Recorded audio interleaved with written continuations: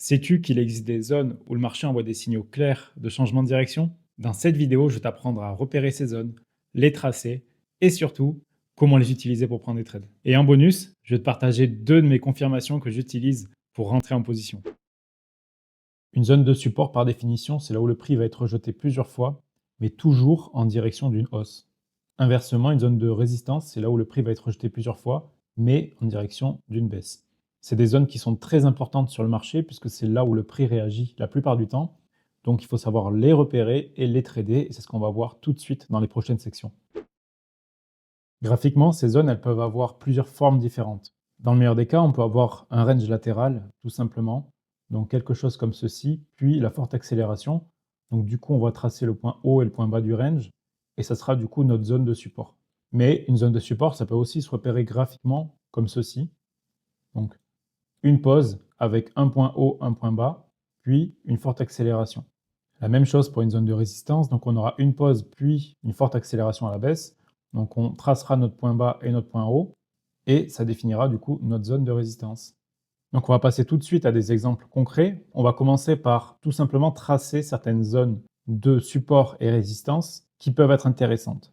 Donc juste ici, on a une aiguille baissière juste là, et une tendance secondaire qui est ici une tendance acheteuse en plus petite unité de temps, comme ceci. Ici, j'ai tracé trois zones de support. On peut voir à chaque fois un mouvement de pause, puis une accélération à la hausse. On voit quelque chose comme ceci, une pause et une accélération à la hausse. Ce qui fait que j'ai tracé cette zone-là à chaque fois. On peut voir ici, donc on a bien la pause, le point haut, le point bas avant d'initier à la hausse. Exactement la même chose juste après, le point haut, le point bas avant d'initier à la hausse. Et ici, la même chose mais sous forme de doji.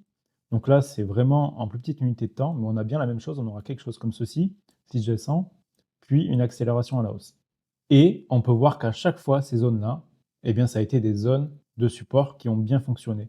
Ça a été touché, certes, plusieurs fois, mais dans certains cas, ça crée justement de la liquidité afin que la liquidité soit prise. Donc, par exemple, dans ce cas-là, on peut voir qu'on a deux lots qui ont été créés, ce qui crée la liquidité. Si vous avez vu ma deuxième vidéo concernant la liquidité, vous allez comprendre ça assez simplement. La liquidité créée, la prise de liquidité, puis on initie. La même chose ici, dans cette zone. Donc, on a création de liquidité ici, des equal low par exemple, la prise de liquidité et on initie. La même chose ici, création de liquidité, pareil, des equal low au-dessus de la zone, puis on revient prendre ces equal low, on tape dans le doji, donc dans la zone de support, et on initie à la hausse. À chaque fois, vous voyez que ces zones-là ont permis au prix de faire un nouveau plus haut. Ici, on crée bien un nouveau plus haut, on revient, on crée bien un nouveau plus haut, on revient, on crée bien un nouveau plus haut. Jusqu'à ce que eh bien, la tendance baissière, qui est une tendance qui est en plus grande unité de temps, prenne le relais et initie à la baisse. Et bien là, vous allez me dire, c'est bien beau, mais pourquoi on n'a pas réussi à anticiper ce mouvement baissier, donc la reprise de la tendance baissière? Eh bien, c'est tout simplement parce qu'on était ici placé en trop grande unité de temps. On voit ici quelque chose d'assez intéressant, une mèche. Cette mèche, elle indique quoi? Elle indique que le marché, à un moment donné, il a fait ça, il est remonté et il est redescendu. Ça fait quoi en fait? Une zone de résistance en plus petite unité de temps. C'est pour ça qu'on ne la voit pas très bien. Et ça, c'est assez important à comprendre. Donc en fait, si je la trace, eh bien, on aura notre zone de résistance. Donc on peut voir que le prix a été rejeté une fois de manière assez lente, ce qui a créé en fait pas mal de liquidité ici, donc une trendline liquidity, si vous avez vu ma deuxième vidéo. Puis le prix est revenu prendre toute cette trendline et rejeter une deuxième fois au milieu de la zone, cette fois-ci, donc sur la mean value de la zone, pour cette fois-ci initier le grand mouvement à la baisse. Maintenant qu'on sait tracer nos zones de support et résistance, on va passer maintenant à la partie qui nous intéresse le plus, à savoir comment les trader. Avant d'apprendre à trader ces zones de support et de résistance, si le contenu te plaît, pense à liker et à t'abonner à la chaîne.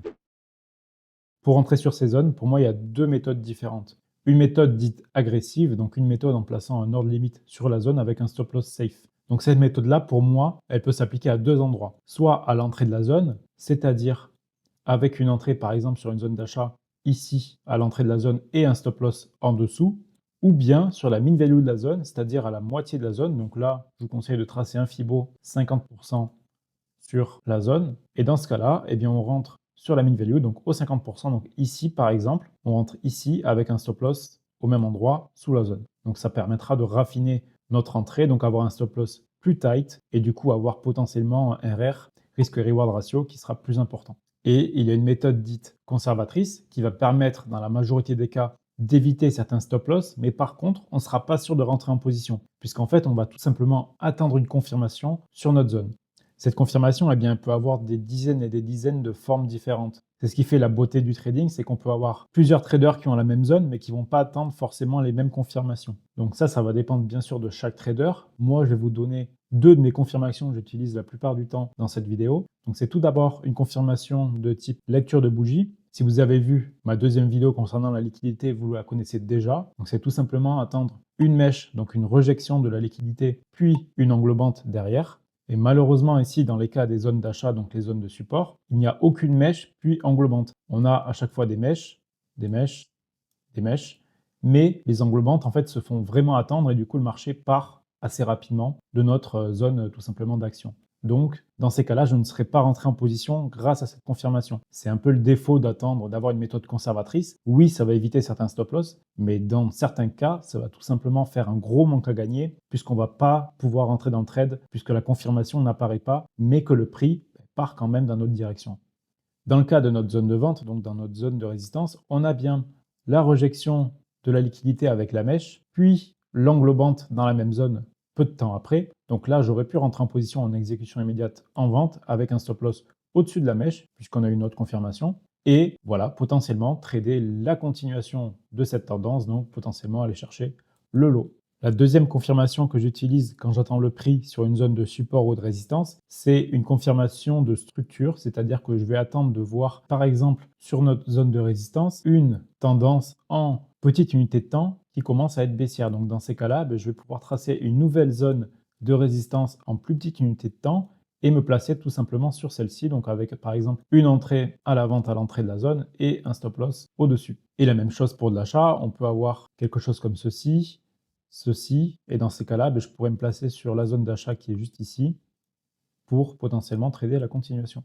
Donc par exemple, dans notre premier cas de zone d'achat, donc de zone de support, on a bien la réaction ici, on revient, on fait un range, donc une correction, puis une initiation. Et là, dans ce cas-là, je peux tracer pareil mon haut et mon bas de zone et potentiellement rentrer à l'entrée de la zone avec un stop loss en dessous et aller chercher tout simplement la continuation de la tendance haussière classique en fait, puisqu'on est en phase de correction et aller chercher ce high-là, donc avoir voilà, un risk-reward ratio de 4,6 dans ce cas-là, et rentrer en position du coup avec une confirmation de structure, en fait, tout simplement attendre une zone ici de support, mais en plus petite unité de temps.